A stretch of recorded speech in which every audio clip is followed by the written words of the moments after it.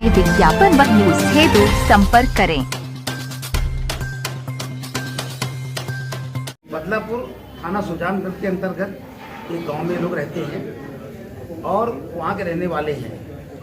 7 मार्च की घटना 4 बजे उस एक डालूपुर के कुछ माफिया लोग हैं, वो शराब पीते, इनके घर के दरवाजे इनकी बोलेरो गाड़ी खड़ी थी और वहाँ आकर के उस पर हमला करके शराब वगैरह अपना खा पी रहे, शराब पी करके बातें कर रहे थे, आपस में गाली बक रहे थे। इन लोगों ने बाहर निकल करके, चूँकि उनको जानते थे कि शेर पुष्ट लोग हैं, उसमें 2 बदमाश 25,000 इनामी है प्रतापगढ़ से, तो इन लोग डर के मारे सोचे कि इनको मना करें, झगड़ा होगा। इन्होंने कहा साहब हटा लीजिए, अब मुझे गाड़ी बुकिंग में ले जाना, मैं जा रहा हूँ।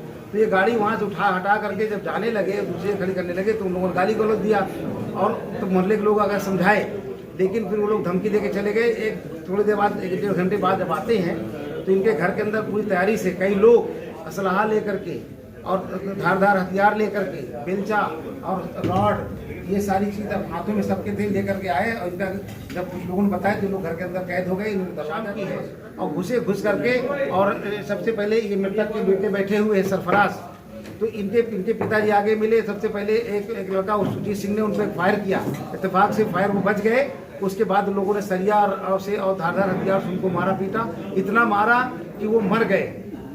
जैसे अस्पताल ले गए वो वहाँ मृतक घोषित कर दिया।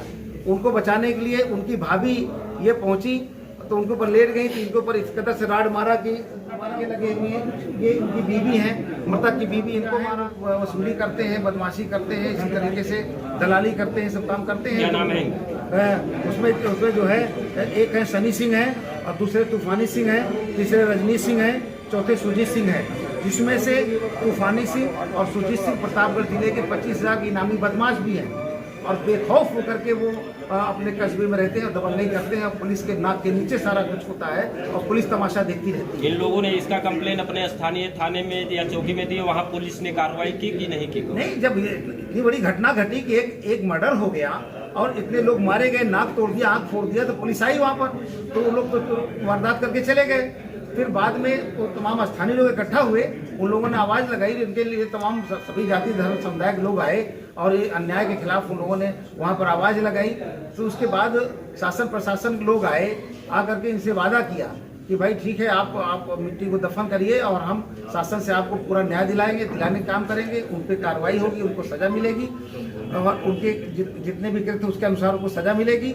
और एक आदमी को वहाँ के स्थानीय प्रशासन ने कहा कि एक तुम्हारे घर के परिवार को एक आदमी सरकारी नौकरी मिलेगी और SDM साहब ने कहा हम ज़मीनें पट्टा करेंगे। उसकी रिकॉर्डिंग है बाकायदा, जो उन्होंने वादा किया।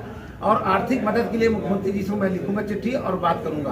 कितनी तारीख की घटना है ये 7 मार्च की घटना है। आज 22 तारीख हो गया। जो FIR में लिखा गया था, 1000 मुजरिम तो गिरफ्तार हो गए, जेल चले गए, लेकिन उनके तमाम आसपास के लोग अभी बराबर इनको धमकियां देते चले आ रहे हैं कि कब तक हम जेल में बंद रहेंगे, एक दिन आकर के हम पूरे परिवार का सफाया करेंगे, हम इसका बदला लेंगे जो हम जेल में गए हैं। तो अब ये दहशत के साए में परिवार है, तो इनको एक तो मजबूत सुरक्षा चाहिए और तीसरी बात ये गरीब लोग हैं बेचारे। पंचर जो मृतक है वो पंचर बनाता था, पंचर बनाने काम करता था और ये इनके पास खेती बाड़ी नहीं है। ये मजदूर तबका लोग, कारीगर तबका लोग हैं और बेटियां इनके बड़ी बड़ी बेटियां हैं और शादी के लिए, कुछ पढ़ाई के लिए छोटे बच्चे भी हैं और पूरे परिवार को मिल करके मारा जिस तरह माफियाओं ने। तो इनका कोई पुरसा हाल नहीं है। पर्सनल कोई दुश्मनी थी या फिर वही शराब कभी कोई बातचीत नहीं तक, उतनी सी बात थी, वो लोग उनके यहाँ शराब पी रहे थे। कभी कोई काशनी नहीं, ना कोई उन लोगों से इनका कोई सरोकार था। वो आए, उनके दरवाजे बोलेरो पर आकर पीने लगे, वो अपना गाड़ी हटा लिए, इतना बुरा मान गए।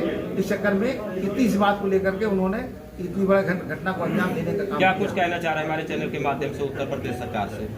मैं कहना चाहता हूँ कि जहाँ पर भारत की सरकार, भारत के प्रधानमंत्री पसमानदा मुसलमान, ये सारे पसमानदा तबके के लोग हैं, सब दलित मुसलमान हैं सब। तो जो देश के प्रधानमंत्री जहाँ पर पसमानदा मुस्लिम समाज को आगे ले जाने की बात करते हैं, उनकी हित की बात करते, कहते दबा कुचला समाज है, इसको देश की मुख्यधारा से जोड़ना है। ऐसी बातें अगस्त से अब तक बराबर हो रही, तमाम उनके कार्यक्रम हो रहे हैं और इन्हीं की सरकार में उत्तर प्रदेश के अंदर ही दूसरे और राज्यों में भी पसमानदा तबके के, पसमानदा दलित मुसलमानों के साथ अत्याचार निरंतर होता जा रहा है। हमारे लोग मारे जा रहे हैं, उनको न्याय नहीं मिल पा रहा है। तो ऐसे में जो मुख्यमंत्री जी दावा करते हैं कि यहाँ की कानून व्यवस्था दुरुस्त है और मुख्यमंत्री के ही समाज के इन चारों बदमाशों ने, इनामी भी बदमाश, ये सारे इतने बड़े घटना को दिन दहाड़े अंजाम देते हैं। केवल अब उनको जेल भेज दिया गया, अभी ना गैंगस्टर ना उस पर राजपा ऑफिस से कोई कार्रवाई नहीं की। और ये पूरी परिवार दहशत के साए में रात में सोता है, रात भर सोता है जागता है, तो भगवान जाने।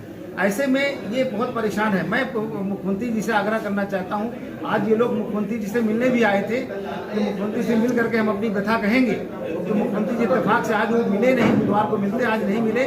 उनके अधिकारियों ने, संबंधित अधिकारियों ने इससे पेपर ले लिया, उनकी सुनी और आश्वासन दिया कार्रवाई के लिए। फिर ये उत्तर प्रदेश के डिप्टी सीएम ब्रजेश पाठक जी से भी मिले, उन्होंने तत्काल प्रभाव से फोन भी किया कप्तान को कि रासुका और गैंगस्टर कब तामील करोगे।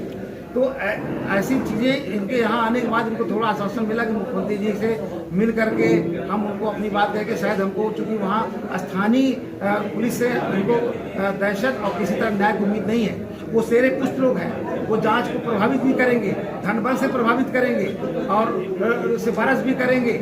इसलिए हमें आशंका ये है लोगों को कि इतनी बड़ी घटना के बाद भी हमें न्याय मिलेगा या नहीं मिलेगा, इसलिए मुख्यमंत्री से गुहार लगाने के लिए आए थे। और मैं पसमानदा मुस्लिम समाज का राष्ट्रीय अध्यक्ष होने के नाते मैं इनका नेता हूं, मैं इनके फलाह बहबूदी के लिए काम करता हूं, तो मेरी जिम्मेदारी है कि इनको न्याय मिले। तो इनके हर संभव मैं प्रयास करूंगा, जिस स्तर तक हमें जाना पड़े इनके न्याय के लिए, मैं इनकी लड़ाई लड़ने के लिए तैयार हूँ।